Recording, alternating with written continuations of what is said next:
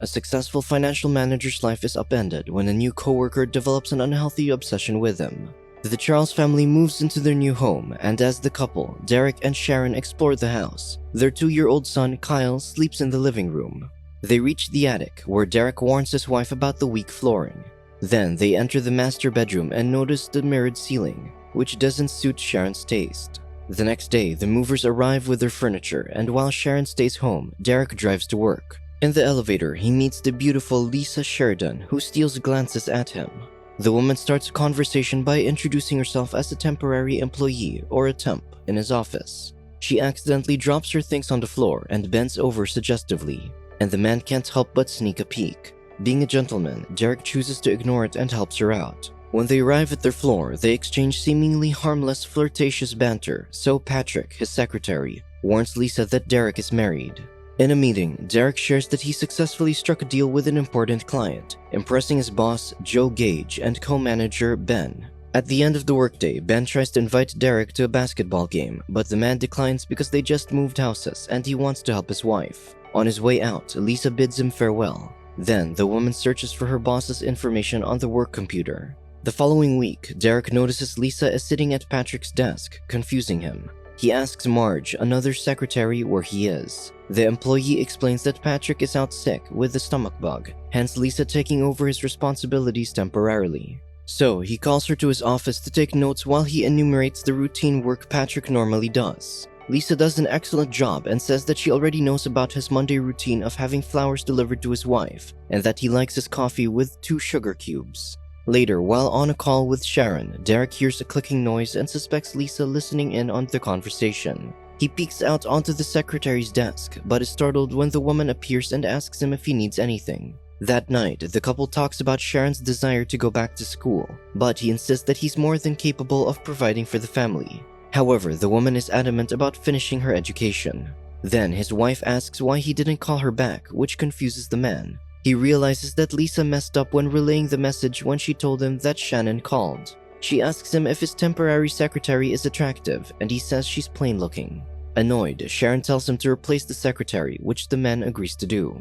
The following day, Sharon and Kyle drop by Derek's office when Lisa brings the man's coffee. He introduces the 2 women to each other, and the secretary comments that their child is handsome, just like his father, rubbing Sharon the wrong way. After Lisa leaves, she warns her husband about the woman's motives, which the man brushes off. While the family tours around the office, Lisa sneaks into her boss's office to snoop through a CD collection and stares at their family picture. The next day, Derek greets Patrick, who's just returned from sick leave. To his surprise, Lisa's sitting at Marge's desk. She explains that the older woman caught the stomach bug Patrick had, so she has to take over her duties temporarily. Later, Patrick tells the new secretary that he knows she's been listening to their boss's calls, which the woman playfully admits to, while telling Patrick off for doing the same thing.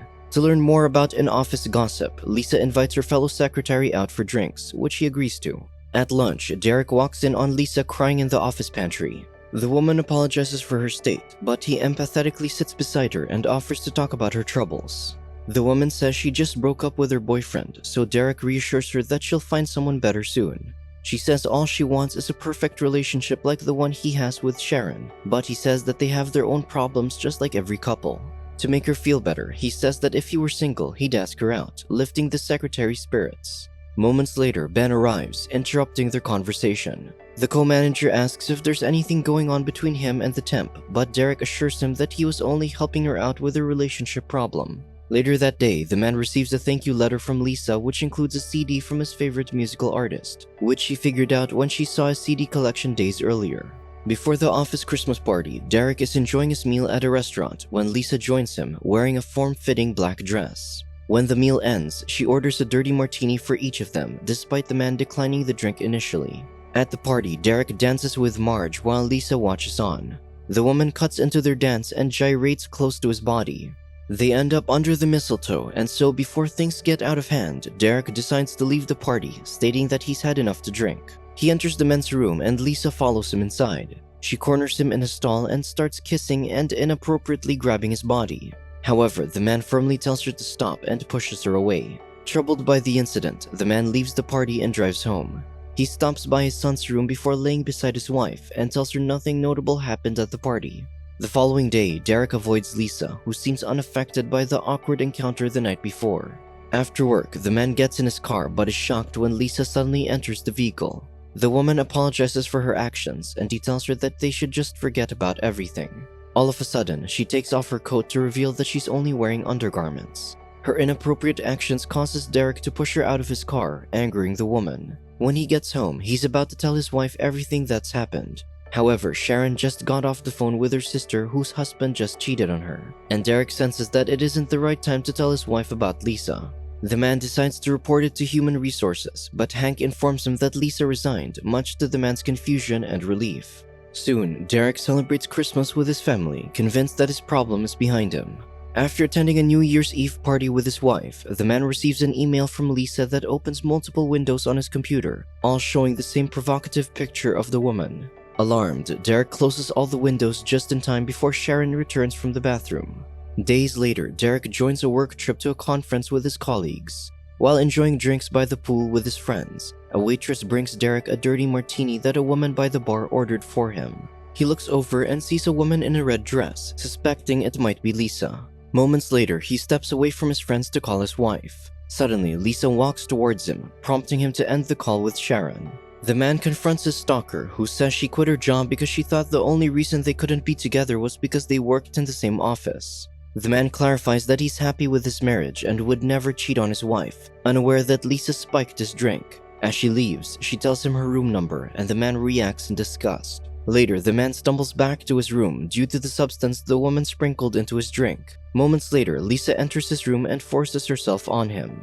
The next day, the man wakes up, confused about what happened last night. During the meeting, a person informs him that his wife is at the lobby. However, when he gets there, he sees Lisa, who pretended to be his wife to get him out of the meeting. The irritated man orders the woman to stop her delusion and leave him alone, but she accuses him of making the first move in the elevator, flabbergasting Derek. The man reiterates that they will never be together, further distressing Lisa.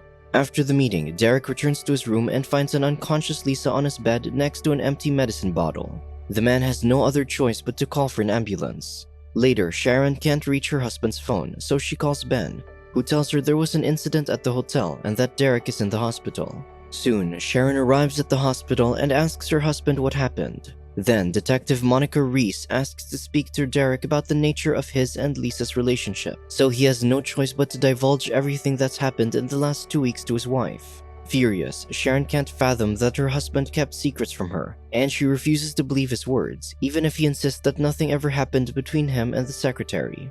Later at home, Sharon confronts her husband for not telling her what happened at the Christmas party, even after they promised to always be honest with each other in their wedding vows. In her anger, she tells him to leave the house, much to the man's grief. The next day, after Lisa finally wakes up, Reese interviews her and the woman tells a completely different story about her relationship with Derek. She tries to convince the detective by pointing to a bouquet of lilies that she says were sent by the man.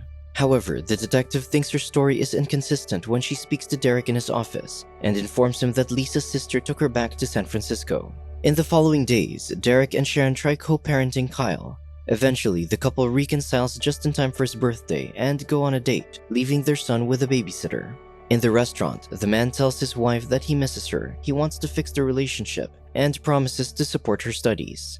Finally, the woman brings out a small gift box and tells him he can open it later depending on how the date ends. Meanwhile, Lisa knocks on the couple's home and tricks the babysitter, Samantha, by claiming that she's Sharon's friend, Katie. She tells Samantha that she just came by to drop off a gift. She pretends to call Sharon to convince the babysitter, who falls for her act. Eventually, the woman enters Kyle's room, cradles the child in her arms, and lulls him to sleep. Concurrently, Derek explains that he's never had a relationship with Lisa and promises to stay faithful to Sharon. So the woman tells him to open the gift box, and inside is the key to their front door, her way of saying that she forgives him. Later, when they go home, Samantha tells them that someone named Katie dropped by to see Kyle. However, Sharon doesn't have a friend named Katie. Panicked, the parents run to their son's room and find his empty crib. The man immediately tells his wife to call 911 and hurries over to his car to look for Lisa and Kyle.